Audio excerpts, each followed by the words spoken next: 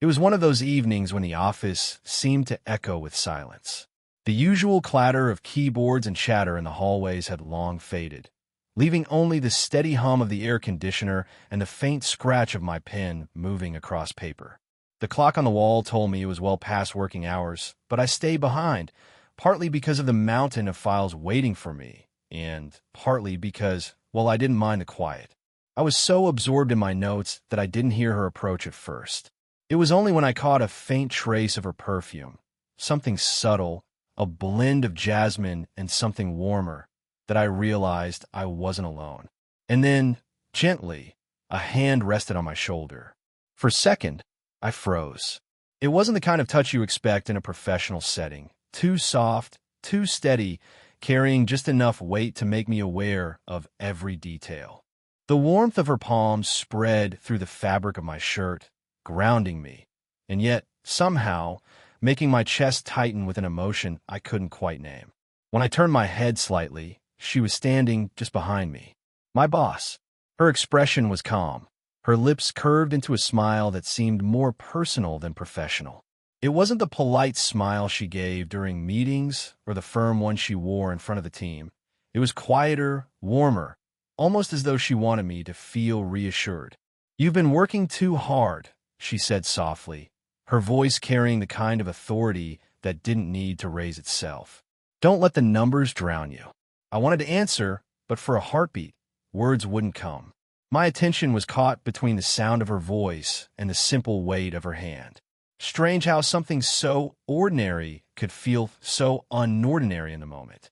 Finally, I managed to smile, though I wasn't sure if it was convincing. "I just wanted to finish this before tomorrow," I murmured. She didn't move her hand right away. Instead, her thumb brushed lightly, so lightly I almost thought I imagined it, against my shoulder like a gesture meant to ease tension. "You don't always have to prove yourself by staying late," she replied. "Sometimes, knowing when to stop is the real strength." The word stayed with me. The sincerity in her tone, the steadiness in her gaze. It felt as though she was speaking to me, not just as an employee, but as a person. And when she finally lifted her hand, the absence of her touch felt louder than the silence of the empty office. I watched her walk away, her heels clicking softly against the floor, her smile lingering in my mind long after she had disappeared into her office. I told myself it was nothing, just encouragement, just kindness. But the truth was my shoulders still felt warm where her hand had been, and for the first time in a long while, I couldn't focus on the numbers in front of me.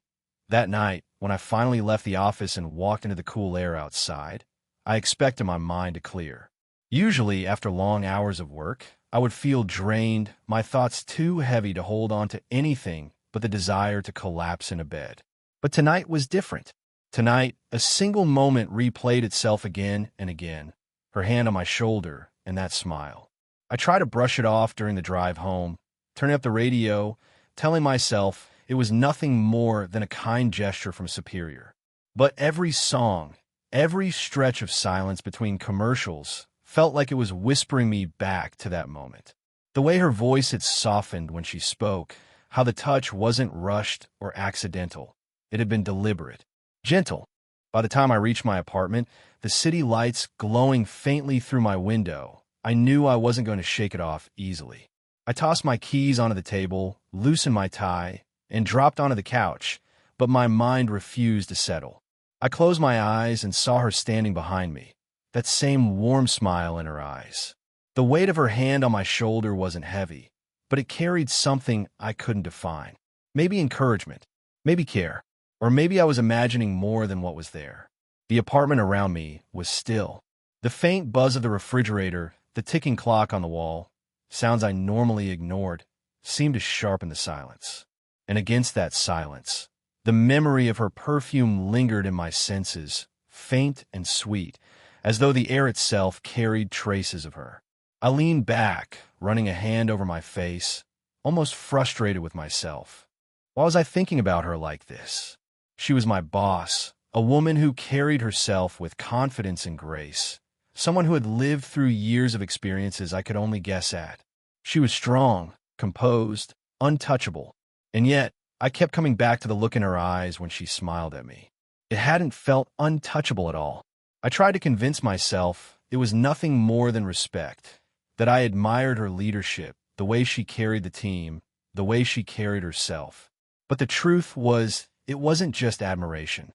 It was the way her presence lingered long after she was gone, the way a simple touch left me restless in an otherwise quiet room. Lying in bed later, staring at the ceiling, I caught myself smiling. Just the memory of her hand had that effect. And in that moment, I knew something inside me had shifted. I didn't know what it meant yet, or where it could possibly lead, but I couldn't deny it anymore. Her smile had found its way into me, and I wasn't sure it would ever leave. The next morning, I tried to act normal. I walked into the office with my usual coffee, greeted a few colleagues, and buried myself in the day's work. But beneath the calm surface, I was distracted. Every time I heard footsteps near my desk, I felt a flicker of anticipation, wondering if it might be her. By the afternoon, my phone buzzed with a short message from her assistant. "She'd like to see you in her office." My chest tightened instantly. Meetings with her weren't unusual, but after last night's thoughts, I couldn't shake the nervous energy as I walked down the hall. Her office was spacious but warm. Wooden shelves lined with books, a few framed photographs of places she'd traveled, and a tall window spilling soft light across her desk. She sat there, poised as always, but when she looked up at me, there was something gentler in her expression. "Come in," she said, motioning to the chair across from her. "I thought we should talk." I sat down, bracing myself for a serious discussion about work performance or upcoming deadlines. But as soon as she started speaking, I realized this wasn't about spreadsheets or targets. She asked about me. Not the tasks I was handling, not the numbers I was juggling, my life outside of work, where I grew up, what I wanted for my future. At first, I stumbled through short answers, surprised by her interest. But gradually, her patience and quiet attention drew me out. I told her things I hadn't shared with anyone at the office, my uncertainty about the path I was on, the weight I sometimes felt trying to prove myself. She listened, really listened, her eyes steady on mine, her chin resting lightly against her hand. When I spoke of doubts, she didn't interrupt or dismiss them. Instead, she leaned forward, her voice soft but firm. "You're harder on yourself than anyone else is. I can see how much effort you give. Don't mistake quiet progress for failure." Her words sank deeper than I expected. Maybe because they came from her. Maybe because she said them with such quiet conviction. Then she surprised me further. She shared her own story. The struggles she faced in her early career, the mistakes that shaped her, the times she had to push through when no one believed she could. For a moment, she wasn't just my boss. She was a woman opening a window into her past, letting me see the parts she usually kept hidden behind that confident exterior. We both laughed at one of her stories, an embarrassing mistake she made in her 20s, and the sound filled the office, easy and unguarded. In that laughter, I felt something shift between us. At one point, when the laughter faded, her fingertips brushed against my forearm as if to steady herself. It was a fleeting touch, light as air, but enough to make my skin burn with awareness. When I finally left her office, I realized I wasn't just carrying tasks to complete. I was carrying her words, her laughter, and the quiet closeness that had formed in that conversation. Something was unfolding between us, slowly, naturally, and it scared me just as much as it drew me in. The days that followed carried on as usual, or at least they looked usual from the outside. Meetings, reports, deadlines. The steady rhythm of office life. But beneath that rhythm, something had changed. I felt it in the smallest moments, like a quiet undercurrent pulling me in a direction I couldn't ignore. I started noticing details I'd never paid attention to before. The way her laughter carried just a little longer when I was the one who made the joke. The way her eyes lingered on me at the end of a conversation, as if she had more to say but chose silence instead. Even the way she passed by my desk, there was always a glance, subtle and fleeting, but enough to leave me restless. It wasn't only me, though. I could feel her awareness of me, too. In meetings, when I spoke, her gaze stayed steady on me just a second longer than everyone else's. When she leaned close to point something out on a report, the brush of her sleeve against my arm felt deliberate, even if neither of us acknowledged it. One afternoon, I held the door open for her as we both left the conference room. Our hands grazed, just a simple accident, but the touch jolted through me. She paused, only for the briefest moment, her eyes flicking to mine with something unspoken before she moved past me. That small hesitation was enough to leave me standing there. My pulse quickened, replaying the spark over and over. At times, I wondered if I was imagining it all. Was I reading into glances, inventing meaning in touches that meant nothing? But then there would be moments that felt too real to dismiss. Like when she stopped beside my desk one evening, asking a routine question, but her hand rested lightly against the back of my chair as she leaned down. Her voice was calm, professional, but the nearness of her, the warmth of her presence, made every word vibrate differently inside me. The more it happened, the harder it became to hide my own reactions. I found myself stealing glances when I thought she wouldn't notice, watching the way she tucked a strand of hair behind her ear when she was focused, listening for the softness in her voice when she spoke only to me, and when our eyes met unexpectedly, I couldn't look away as quickly as I should have. Neither could she. It was subtle, so subtle that no one else would have noticed. But to me, the air between us felt charged, like a quiet storm waiting at the edge of the horizon. We hadn't spoken about it, hadn't acknowledged it in words, but our silences said enough. And in those silences, I realized something important. This wasn't just admiration anymore. It wasn't just respect. Something deeper was growing between us, slow and unspoken, but undeniable that tea was late again, later than either of us probably intended to stay. Most of the office had emptied, the lights in the hall dimmed, leaving only a few lamps glowing in our corner. I was gathering my things when I noticed her light still on. Through the glass of her office door, I saw her sitting at her desk, not working, just staring at a file as if her mind had wandered somewhere far away. I hesitated before knocking. She looked up quickly, as though shaken from her thoughts, and when she saw it was me, her shoulders eased. "Come in," she said softly. I stepped inside, the quiet of the room wrapping around us. For once, she didn't greet me with her usual composed smile. Instead, there was something in her eyes, something tired, almost fragile. She gestured toward the chair across from her, and I sat, sensing that this wasn't about work. For a long moment, she didn't speak. Then, in a voice lower than usual, she said, "Do you ever get tired of being strong for everyone?" The question caught me off guard. She wasn't speaking as my boss now. She was speaking as a woman who had carried weight on her shoulders for years. I nodded slowly. I think everyone does, even the strongest. Her lips curved into a faint, almost bittersweet smile. People see confidence, authority. They don't see the doubt. They don't see the loneliness that sometimes comes with it. I wanted to reach across the desk to ease whatever heaviness was in her voice. Instead, I said quietly, "I see it. At least, I think I do." Her eyes lifted to mine, then, searching, as though testing whether I meant it. And in that silence, something passed between us, something more honest than we had ever dared before. She sighed, her hand moving almost absent-mindedly across the desk, her fingers brushing lightly against mine where they rested near the edge. It wasn't deliberate at first, but when neither of us pulled away, the touch became intentional. Her fingertips lingered on the back of my hand, warm and delicate, sending a quiet current up my arm. "I shouldn't be saying these things," she murmured, though her hand stayed where it was. "But it feels good to be understood." I turned my hand slightly, just enough for our fingers to intertwine, tentative but certain. "You don't always have to carry everything alone," I said. "Not with me."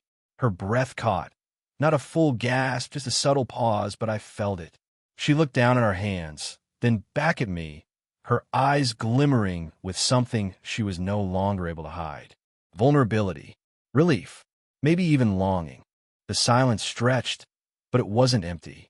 It was full, alive with all the words we weren't saying. And in that silence, the truth between us grew undeniable. This was no longer just subtle glances or fleeting touches. This was something deeper, rawer, waiting just beneath the surface. That IT had been one of those long, draining days where every task seemed to multiply the moment it was completed. By the time we stepped out of the office together, the sky had already turned a deep gray, clouds heavy and low. I instinctively reached for my umbrella, only to see her already holding one in her hand. The first drops of rain began to fall as we walked toward the street. Light at first, then a gentle drizzle that tapped against the pavement with a rhythmic insistence. She tilted her head slightly to shield her face, and for a heartbeat, I realized the umbrella we had was only big enough for one. Without thinking, I offered, "Here, let me share it with you." She hesitated, a subtle smile tugging at the corners of her lips. Then, slowly, she stepped closer, allowing me to position the umbrella so that we were both beneath its small canopy. The closeness was immediate, a subtle warmth spreading from her shoulder against mine. My chest felt both heavy and light at once. Heavy with anticipation, light because it was natural, effortless, as if we had been walking side by side like this for years. The rain intensified slightly, drumming on the umbrella's surface. Each drop became a background rhythm to the quiet thrum of my own heartbeat. I could feel her arm brushing lightly against mine as she adjusted her grip on the handle. My own arm was conscious of the contact, the way the fabric of our coats pressed softly together. For a moment, neither of us spoke. Our eyes met, fleetingly, and she looked away with a small, almost shy smile. It was different from the confident, composed boss I usually saw. There was vulnerability there, the quiet surrender to the intimacy of the moment, and it made my throat tighten. As we continued walking, the city around us blurred into soft shapes. The glow of streetlights reflecting on wet pavement, the occasional car splashing through puddles, the smell of rain-dampened asphalt rising into the air. And through it all, the warmth of her presence stayed constant. At one point, a stronger gust of wind swept down the street, and she instinctively leaned closer, pressing her shoulder against mine. The motion was fleeting, unspoken, but the effect was profound. I could feel the steadiness of her heartbeat, a quiet rhythm that somehow synced with mine, and for the first time, it was impossible to deny the magnetic pull between us. Her lips curved in a soft, amused smile, as if she noticed my own restlessness. "I didn't expect the rain to catch us," she said lightly, her voice carrying that familiar calm. But underneath it, I sensed something deeper, a tenderness reserved only for me. I didn't respond with words. I didn't need to. Our proximity said more than any sentence could. The shared umbrella, the pressed shoulders, the soft brush of our arms. All of it conveyed what we had been silently feeling for weeks. In that rain-soaked street, under the dim glow of city lights, something shifted. The hesitation, the unspoken tension, the small touches, they all became undeniable. The moment wasn't rushed, wasn't forced. It simply existed, quiet and powerful, and I knew that from here on, nothing would feel the same again. That'd be why the time we reached her car, the rain had slowed to a gentle drizzle, leaving the street glistening under the soft glow of the streetlights. My umbrella was still in hand, but I realized she no longer needed its protection. The closeness we shared beneath it had lingered in my chest, a warmth I couldn't quite shake. She stopped beside her car, hesitating as if weighing the words she might say. I stood slightly apart, unsure of how to close the gap without breaking the fragile balance of what had been building between us for weeks. But then she stepped closer, her movements slow and deliberate, carrying the same quiet confidence I had come to notice, now softened by vulnerability. Her hand rose almost instinctively, resting lightly against my chest, right over my heart. The gesture mirrored that first touch on my shoulder, yet now it carried more weight, more meaning. My pulse quickened, and I became acutely aware of the steady warmth of her palm, the subtle pressure that somehow made the world around us fade away. I placed my hand over hers, letting it linger. The simple act spoke more than words ever could. It was a promise, a recognition of the unspoken tension, The mutual understanding that had grown in stolen glances, quiet conversations, and lingering touches. I felt the steadiness of her heartbeat beneath my fingers, slow and calm, yet vibrant, alive with the emotion we had both tried to ignore. Her eyes lifted to mine, and for the first time, the barrier between boss and employee, responsibility and restraint, seemed to dissolve entirely.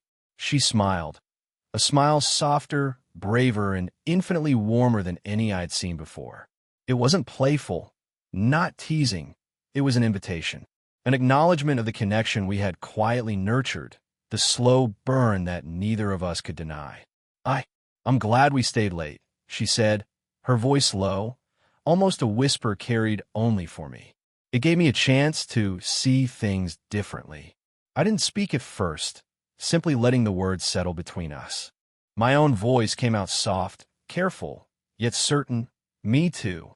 She shifted slightly, just enough for our shoulders to brush, a subtle closeness that sent a warmth through me that had nothing to do with the rain or the night air. Every hesitation, every pause we had shared over the weeks seemed to crystallize into this single, perfect moment. Finally, as if acknowledging the quiet weight of everything unspoken, she leaned in just enough to let her forehead rest lightly against mine. The contact was fleeting but electric, grounding me, anchoring the emotions I had been trying to comprehend.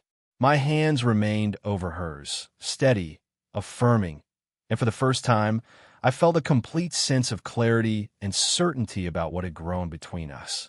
The street around us was quiet, shimmering with the remnants of rain. But inside that small space between us, there was warmth, laughter yet to come, and the unspoken promise of something real, something deep, something that neither time nor hesitation could undo. And as we finally parted ways for the night, her hand slipped from mine reluctantly, but the warmth lingered in my chest, echoing the truth I had learned. That connection, care, and quiet intimacy could grow slowly, persistently. And when it finally blooms, it leaves the heart unmistakably full.